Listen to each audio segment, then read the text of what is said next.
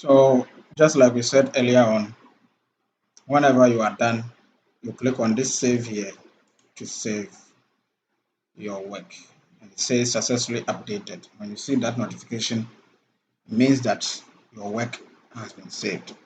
If you want to return to the list of all your projects, you click on this icon here, this Enkito icon here. You click on it to return to all your projects.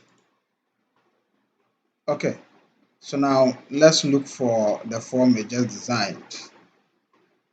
Okay, that is it here today. All right. So you click on the project. When you come here, you see the list of all projects.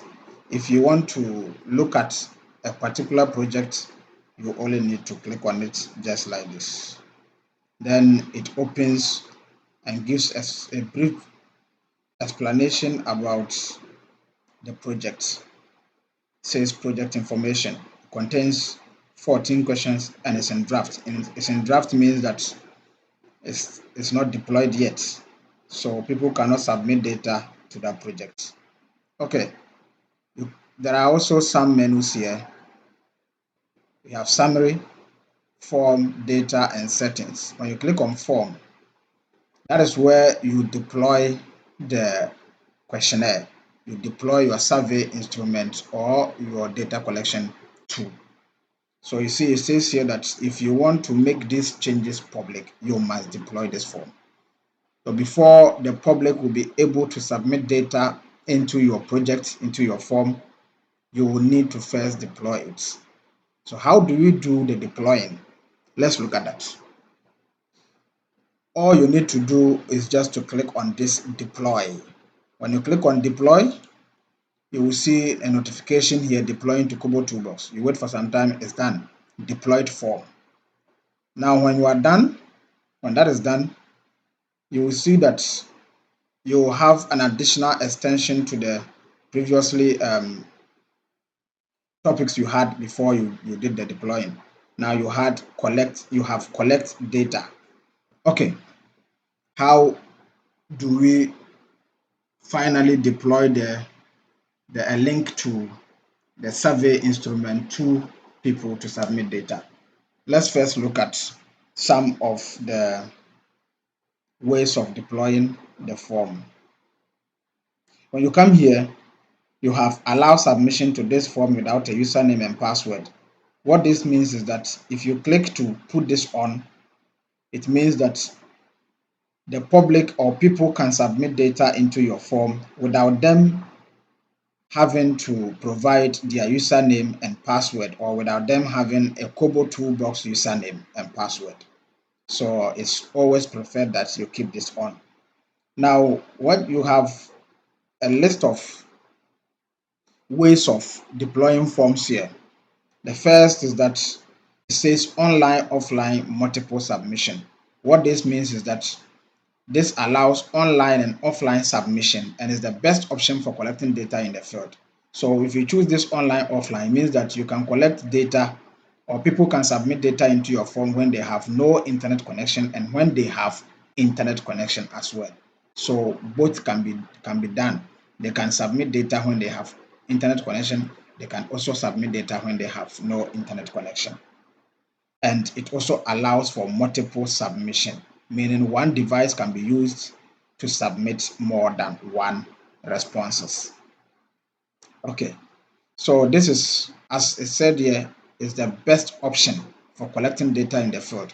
So if you don't use this multiple submission, what it means is that when you are doing an interview where it requires that you, the data collector or the researcher, does an interview, you will not be able to submit an additional data after you interview the first person.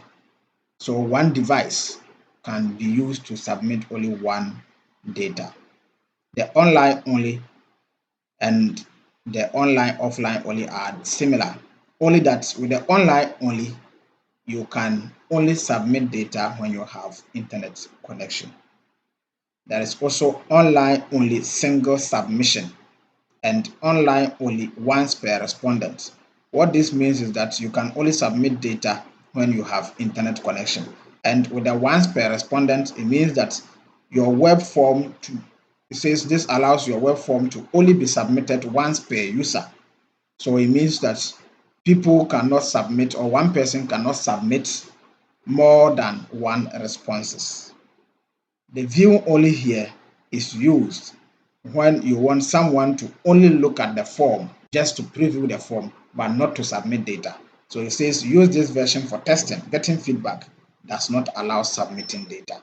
If you want to use an Android option where, or in the Kobo Toolbox Android app, you can also use the Android application. Okay, that is that. So as it is said here, the online offline is the best for the collection of data in the field. So I will choose that. And then I'll come here. When you come here, you see open and you see copy. When you click on open, it will open the web form for you to look at it.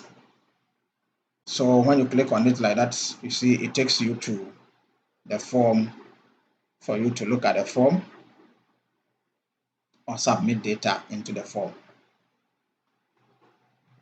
Yes, that is it. That's how it looks like. And if you would like to send a link of the form to someone to submit data, you just need to click on this copy, and it says copy to clipboard. So the link to the form has been copied to clipboard. Wherever you want the person to receive this link, you can do that. You can send the link through an email, or you can also send the link through WhatsApp. That is fine. Let's now continue. Okay, so that is how to deploy the form. Okay, now let's go to the data menu and look at some few other things. When you click on the data, okay, this project has no submitted data. So I think in order for you to understand this, I'll have to use a project that has received data from participants. So let me go back to my projects and look for, okay, let me look for this. All right, factors influencing service delivery at Nabita Hospital has received 132 submissions. So this, in this interface, you can see the number of submissions made to the form. Here it says it's 132 for this form. I think I can use this one. You click on it, you go to the data side of it, and you see that in the left hand side here, we have a lot of formats through which you can view the submitted data. So the first one is table, and this is a tabular view of the submitted data. Tabular view of the submitted data. You see all the individual data submitted to the form can be seen in rows once the questions are grouped under the columns. So gender here, you see female, female, female here. That is good. What is your age? Well, that is it. So if you want to view the data for one respondent, you have to go through the row. The row. If you want to see the data for a question, you go through the column. The column. All right. You can also download the data. You can also download the data. So later I'll show you how to do the download. But then if you don't like to see your submitted data in a tabular form, you can click on reports to look at a graphical view of the submitted data. Okay, so you see here that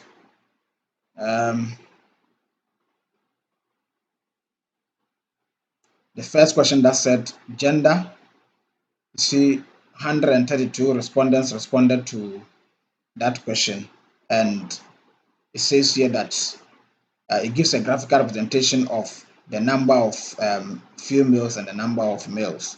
Yeah, the males were 45.5%, 0.45%, and the females were 54.55%. And beneath it, you see a table giving an information about the frequency and the percentage. Okay, so the frequency distribution is also here. Okay, so this is done for every single question, every single question, every single question.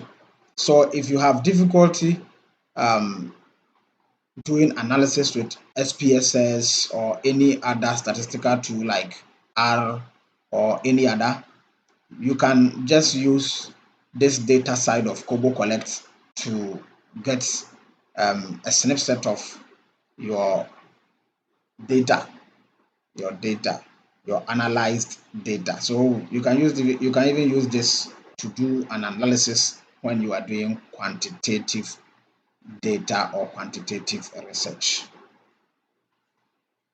Okay. If your survey instrument or data collection tool have questions asking participant to provide geospatial data, you can click on this map and you will see a plotting of the geospatial points. But then this question had none like that, so it says the map does not show data because this form does not have a geopoint for it. All right, let's look at how to do the downloads. If your question, your data also had um, um, sections that require that people input pictures, you can also see that in gallery. Now let's look at how to do the downloads. You click on downloads and the select export type. There are a lot of types, but then for now, Kubo Collect supports CSV and SPSS labels, and then GeoJSON and XLS. The rest beneath here are not supported yet. I think they will work on it later. So the XLS form is the Excel file. So if you want to view the response submitted by the respondents in XLS or in Excel format, you click on XLS, then you make sure this XML values and headers is selected. Okay, when you are done, you click on export, and then you will see the data will be exported down here. You just click on download to download the data.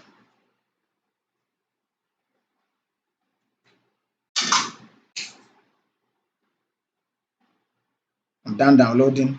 So now I can just click on it to view the downloaded data.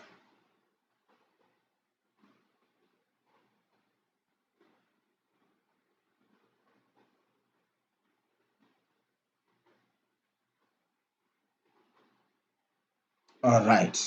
So this is it. Wherever you see these pound symbols, it means that the field is too small to contain the data. So you only need to expand it. When you expand it, you see them. When you expand it, you see they will be clear now. Okay. So this is an Excel view of almost every response submitted by the survey participants. Okay, that is it. You can do whatever you want to do with it when you enable editing. That is good. Let's get back to the form. In the settings tab, you can just delete the project and the data, the whole project, the whole data if you want to delete it. You can also archive your project if you want to. So basically that is the whole overview of the Kobo toolbox. And as we've now discussed or we've now talked about, we've seen how to deploy the completed form. We've seen how to view the data submitted. We've also seen how to download the submitted data in XLS formats and also how to view the data, the analyzed data in the data column. Okay, in reports format where it shows graphical representation of the submitted responses. That is fine. Thank you very much. That is all for day one of the Kobo Collect Masterclass.